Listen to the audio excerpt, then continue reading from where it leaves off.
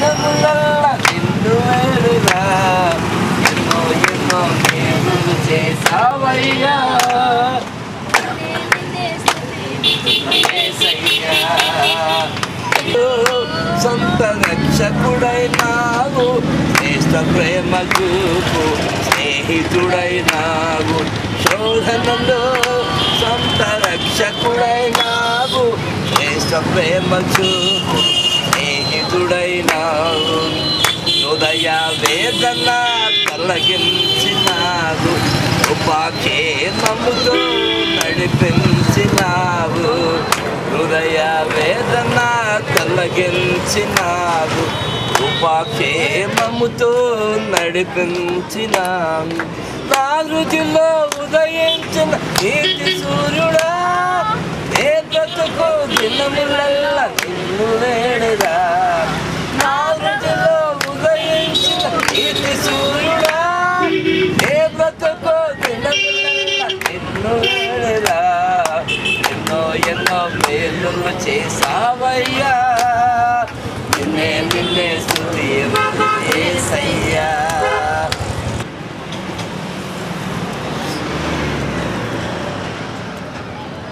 దేవుని వాక్యం చదువుకున్నా. లూకాసు వార్త 6వ అధ్యాయము 20వ వచనం చదువుకున్నాం. లూకాసు వార్త 6వ అధ్యాయము 20వ వచనం. అంతటా ఆయన తన శిష్యుల తట్టు పారజూచి ఇట్లా నేను, బీదరైన మీరు ధన్యులు, దేవుని రాజ్యము మీది. ఇప్పుడు ఆకలి కొనుచున్న మీరు ధన్యులు, మీరు తృప్తిపరచబడుదురు. ఇప్పుడు ఏడ్చుచున్న మీరు ధన్యులు, మీరు నవ్వుదురు. దేవుడు తన పరిశుద్ధ వాక్యం మన కొరకు, మరి ముఖ్యంగా అందరి కొరకు ఆశీర్వదించుగాక. యేసు ప్రభు చెప్తున్నారు, బీదరైన మీరు ధన్యులు, దేవుని రాజ్యము మీది. కాబట్టి బీదమైన మీరు ధన్యులంటే మరి ధనవంతులు ధన్యులు కాదని కాదు, లేకపోతే పేదలందరూ పరలోకానికి వెళ్తారు, ధనవంతులందరూ నరకానికి వెళ్తారని కాదు. ఇక్కడ ఏంటంటే బీదరైన మీరు ధన్యులంటే మరి యేసు ప్రభు కూడా ఒక పేదవాడిగా పుట్టాడు కాబట్టి ఒక పేదవాడు ఇంకో పేదవాడిని కలుసుకుంటానికి అవకాశం ఉంది. యేసు ప్రభు కానీ మరి ఒక రాజుగా పుట్టి రాజుగారి ఇంట్లో పుడితే అప్పుడు పేదవాడు రాజుగారి ఇంట్లోకి వెళ్ళడానికి అవకాశం లేదు. కాబట్టి మరి యేసు ప్రభు ఒక పేద కుటుంబంలో పుట్టాడు కాబట్టి మరి ఎవరైనప్పటికీ పేదలు వాళ్ళు యేసు ప్రభుని తెలుసుకుంటానికి లేకపోతే యేసు ప్రభు దగ్గర రావడానికి అవకాశం ఉంది. ఆ యొక్క జ్ఞానులు చేసిన పొరపాటు అదే. ఒకానొక సమయం మొట్టమొదటిగా ఆ నక్షత్రాన్ని చూశారు, చూసి వాళ్ళు మరి వెంబడిస్తున్నారు, చక్కగా వెళ్ళిపోతున్నారు. ఇంతలోకి వాళ్ళకు ఒక ఆలోచన వచ్చింది, యేసు ప్రభు అంటే గొప్పవాడు కదా, రాజులకు రాజు కదా, కాబట్టి రాజుగారింట్లో పుట్టుంటాడేమో, రాజుగారింట్లో పుట్టుంటాడు, అందుకని ఆ హేరోదు రాజు దగ్గరికి వెళ్ళారు. అప్పుడు ఆయన అడిగారు, యూదులకు రాజుగా పుట్టిన వాడు ఎక్కడ ఉంటాడండి, మేము ఆయన చూద్దామని వచ్చాము, కానీ ఈయనకి భయం వేస్తుంది. నేనుండగా వేరే రాజు, నేనుండగా ఇంకొక రాజు ఉన్నాడా అని కోపం వచ్చింది. ఇక రకరకాలైన పనులు చేశారు. కాబట్టి యేసు ప్రభు చెప్పేది ఏంటంటే మరి బీదరైన వారికి యేసు ప్రభు దగ్గరికి రావడానికి అవకాశం ఉంది. ఎందుకంటే వాళ్ళకి ఏమీ లేదు కాబట్టి కనీసం దాని గురించే యేసు ప్రభు దగ్గరికి వస్తారు. వాళ్ళకి ఏ ఆధారం లేదు. అందుకనే బైబిల్ ఏం చెప్తుందంటే ధనవంతులకి అనేకమైన ఆటంకాలు ఉంటాయి. యేసు ప్రభు చెప్పారు, ఒక ధనవంతుడు దేవుని రాజ్యంలో ప్రవేశించడం కంటే ఆ యొక్క సూచి గచ్చంలో ఒంటె దూరటం సులభం. ఎందుకంటే ధనవంతునికి ఎన్నో ఆటంకాలు ఉంటాయి. ధనవంతునికి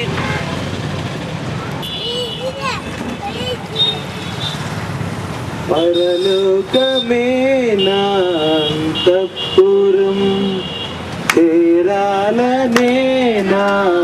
తాపత్రయం పరలోకమే నా కర్పూరం చేరాలనే నా తాపత్రయం యేసుదేవా కనికరించవా దారి చూపవా యేసుదేవరా కనికరించవా దారి చూపవా పరలోకమే నా అంతఃపురం చేరాలనే నా తాపత్రయం స్వల్పకాలమే ఈ లోక జీవితం నా భవ్య జీవితం మహోజ్వలం స్వల్పకాలమే ఈ లోక జీవితం మన భవ్య జీవితం మహోజ్వలం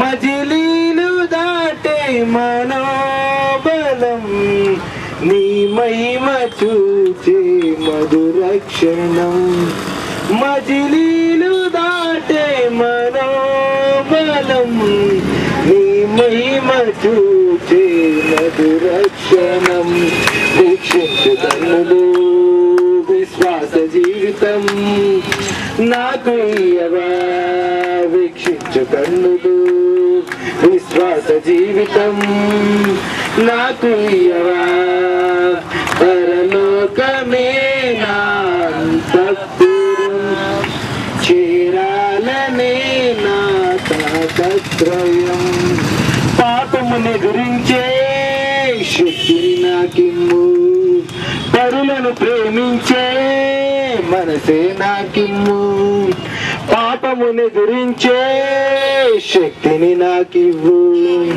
పరులను ప్రేమించే మనసే నాకిమ్ము ఉద్రేకపరచే దురాత్మను ఎదురించి పోరాడు శుద్ధాత్మను ఉద్రేకపరచే దురాత్మను ఎదురించి పోరాడు శుద్ధాత్మను మోకాళ్ళ జీవితం కన్నీటి అనుభవం నాకు నేర్పవా మోకాళ్ళ జీవితం కన్నీటి అనుభవం నాకు నేర్పవా పరలోకమే నా అంతఃపురం చేరాలనే నా తాపత్రయం పరలోకమే నా అంతఃపురం చేరాలనే నా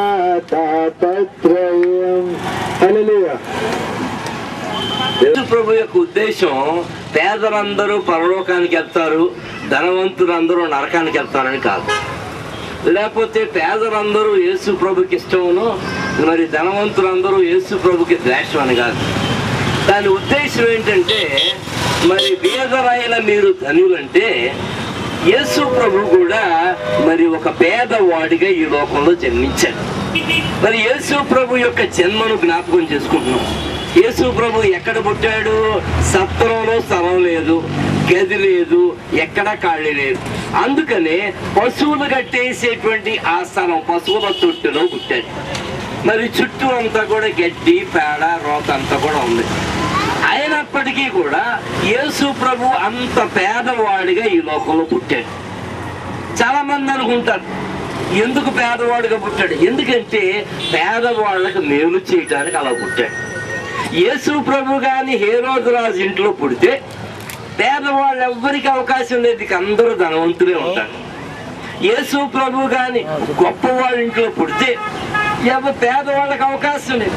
అందుకనే ఒక్కోసారి దేవుడు మనల్ని అడగడు నువ్వు ఎక్కడ కొడతావని కదా. ఒకసారి దేవుడు అడిగాడు అనుకో, నువ్వు ఇండియాలో కొడతావా అమెరికాలో కొడతావా అంటే చాలా మంది నేను అమెరికాలో కొడతాను. ఒకవేళ నువ్వు బీసెంట్ రోడ్లో పుడతావా లేకపోతే గిరిపురంలో పుడతావా అంటే ఎక్కడ చెప్తారు? నేను బీసెంట్ రోడ్లో. ఎందుకంటే అక్కడ ధనికులు ఉంటారని. ఒకవేళ నువ్వు పెద్ద ఆఫీసర్గా పుడతావా లేకపోతే పేదవాడిగా పుడతావా అంటే ఏమంటారు? ఆఫీసర్గానే పుడతాడు. కాబట్టి ఇలాగా మరి దేవుడు మనల్ని అడగల, కానీ పుట్టించాడు. బైబిల్ ఏం చెప్తుందంటే నువ్వు ఎక్కడన్నా పుట్టు, పేదవాడిగా పుట్టు, ధనవంతుడిగా పుట్టు, రీసెంట్ రోడ్లో పుట్టు, లేకపోతే మరి గిరిపురంలో పుట్టు, ఇండియాలో పుట్టు, లేకపోతే అమెరికాలో పుట్టు, ఎక్కడ పుట్టినా సరే నువ్వు యేసు ప్రభు దగ్గరకు వస్తే నీకు మేలు. యేసు ప్రభు దగ్గరికి రాకపోతే నీకు మేలు లేదు. కాబట్టి యేసు ప్రభు దగ్గరికి రావడానికి పేదవాళ్ళకు అవకాశం ఇచ్చాడు. అందుకని యేసు ప్రభు ఒక పేదవాడిగా పుట్టాడు. అందుకే ఆనాడు యేసు ప్రభుని చాలా మంది వాళ్ళ ఇంటికి భోజనానికి పిలిచారు. యేసు ప్రభుని మరి వాళ్ళ పిల్లలు తప్పు చేస్తే యేసు ప్రభుని వాళ్ళ ఇంటికి తీసుకెళ్లి ప్రార్థన చేయించుకుని స్వస్థపరిచారు. అలాగా యేసు ప్రభు ద్వారా ఎన్నెన్నో గొప్ప గొప్ప కార్యాలు వాడు చేశారు. కాబట్టి ప్రియ దేవుని బిడ్డలారా, అందుకనే పేదలైన మీరు తిన్నట్టు మనకి ఆ యేసు ప్రభుని చేరడానికి అవకాశం. కాబట్టి ఇప్పుడు ఇక్కడ చెప్పేది ఏంటంటే, మరి పేదవాడిగా పుట్టినా ధనవంతుడిగా పుట్టినా ఎవరికి ఉండే సమస్యలు వాళ్ళకు ఉంటాయి కదా, ఎవరికి ఉండే సమస్యలు వాడుకుంటాయి, ఎవరికి ఉండే ఇబ్బందులు వాడుకుంటాయి. అయితే బైబిల్ చెప్పేది యేసు ప్రభు దగ్గరకు వస్తే సమస్యలన్నీ పోతాయి. యేసు ప్రభు దగ్గరకు వస్తే ఇబ్బందులన్నీ కూడా పోతాయి. యేసు ప్రభు దగ్గరకు వస్తే ఎదుగో మనకి ఎంతో మేలు కలుగుతాయి. కాబట్టి మరి రాజు, తర్వాత మేరీ వాళ్ళ కుటుంబం, రాజశేఖర్, రాజేష్, ప్రభుదేవ అందరూ కూడా వాళ్ళు కష్టపడి ఎందుకు ఇలా చేస్తారంటే యేసు ప్రభు యొక్క ప్రేమ. కనీసం సంవత్సరానికి ఒకసారైనా పేదలందరికీ మంచి భోజనం పెట్టాలి, మంచి భోజనం, ఫ్రైడ్ రైస్, చికెన్ ఏదో పెట్టాలి, మంచి భోజనం పెట్టాలని వాళ్ళ యొక్క హృదయాభిలాష. కాబట్టి ఈ భోజనం తినే మీరు ఏం చేయాలంటే భోజనం తినండి శుభ్రంగా, కానీ ఒకసారి యేసు ప్రభుని గురించి కూడా ఆలోచించండి. ఎందుకంటే ఒక గొప్ప వ్యాపారవేత్త అన్నాడు, మనుషుడు పేదవాడిగా పుట్టొచ్చు కానీ పేదవాడిగా చనిపోవాల్సిన అవసరం లేదు. బైబిల్ ఏమంటుందంటే మనుషుడు పాపిగా పుట్టొచ్చు కానీ పాపిగానే చనిపోక్కర్లా. యేసు ప్రభు ఉన్నాడు మనకి. యేసు ప్రభు దగ్గరికి రావచ్చు, నీ సమస్యలు పోగొట్టుకోవచ్చు. యేసు ప్రభు దగ్గరికి రావచ్చు, నీ ఇబ్బందులు పోగొట్టుకోవచ్చు. ఇలాగా అవకాశం ఉంది మనకి.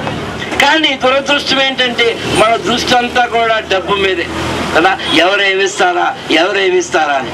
ఒకానొక సమయంలో యేసు ప్రభు శిష్యులు పేతురు, యోహాను ఉన్నారు. వాళ్ళు దేవాలయంలోకి వెళ్తుంటే పుట్టినప్పటి నుంచి కుంటివాడు ఉన్నాడు అక్కడ. అయా ధర్మం చెయ్యి అన్నాడు. అప్పుడు వాళ్ళు అన్నారు, నీకు ధర్మం చేయడానికి మా దగ్గర ఏం లేదయ్యా, వెండి లేదు, బంగారం లేదు, డబ్బులు లేదు, కానీ మా దగ్గర అంతకన్నా గొప్పది ఉంది, అది మీకు ఇస్తున్నామని ఇద్దరు కూడా చెరొక చేయి పట్టుకుని నజరేయుడైన యేసునామములో లేచి నిలబడను. అలాగా లేచి నిలబడనగానే లేచి నిలబడ్డాడు. చక్కగా నడిచాడు, చక్కగా సంతోషించాడు. కాబట్టి ప్రియ దేవుని బిడ్డలారా, యేసు ప్రభు ద్వారా మీకు కూడా ఎంతో మేలు ఉంది. యేసు ప్రభు ద్వారా మీకు ఎంతో ఆశీర్వాదం. ఈ భోజనం ఏముంది, ఇప్పుడు తింటారు, సాయంత్రానికి కరిగిపోతారు కదా, మళ్ళీ ఎవరు పెడతారని చూడాలి. కాబట్టి యేసు ప్రభుని కలిగి ఉంటే ఇలాగ ఎవరెవరి ద్వారానో ప్రతిదినం కూడా చక్కగా మీకు ఆహారం ఇస్తారు. కాబట్టి క్రిస్మస్ ఏంటంటే యేసు ప్రభు మిమ్మల్ని కూడా ప్రేమిస్తున్నాడు. యేసు ప్రభు మనందరినీ ప్రేమిస్తున్నాడు. అందరి కొరకు ఆయన ఈ లోకంలోకి వచ్చాడు. అందరి బాధలు పోగొట్టడానికి, అందరి యొక్క వేదనలు పోగొట్టడానికి, అందరి దుఃఖాలు. కాబట్టి భోజనం మీదే మనసు పెట్టబాకండి, డబ్బుల మీదే మనసు పెట్టబాకండి, ఇంకా లోక సంబంధమైన వాటి మీదే పెట్టబాకండి. ఇవన్నీ కూడా అశాశ్వతం, గతించిపోతాయి. కానీ యేసు ప్రభువుని మీరు కలిగి ఉంటే ఎంతో సంతోషం, మీకు ఎంతో ఆనందం. చివరిగా ఒక ఉదాహరణ చెప్పి నేను ముగిస్తాను, 5 నిమిషాలు అంతే. ఒకసారి అంట ఒక రాజుగారు పుట్టినరోజు అంట. రాజుగారి పుట్టినరోజు అయితే చెప్పాడంట, ఇదిగో రేపు రాజుగారి అందరూ వచ్చేసారు, లైన్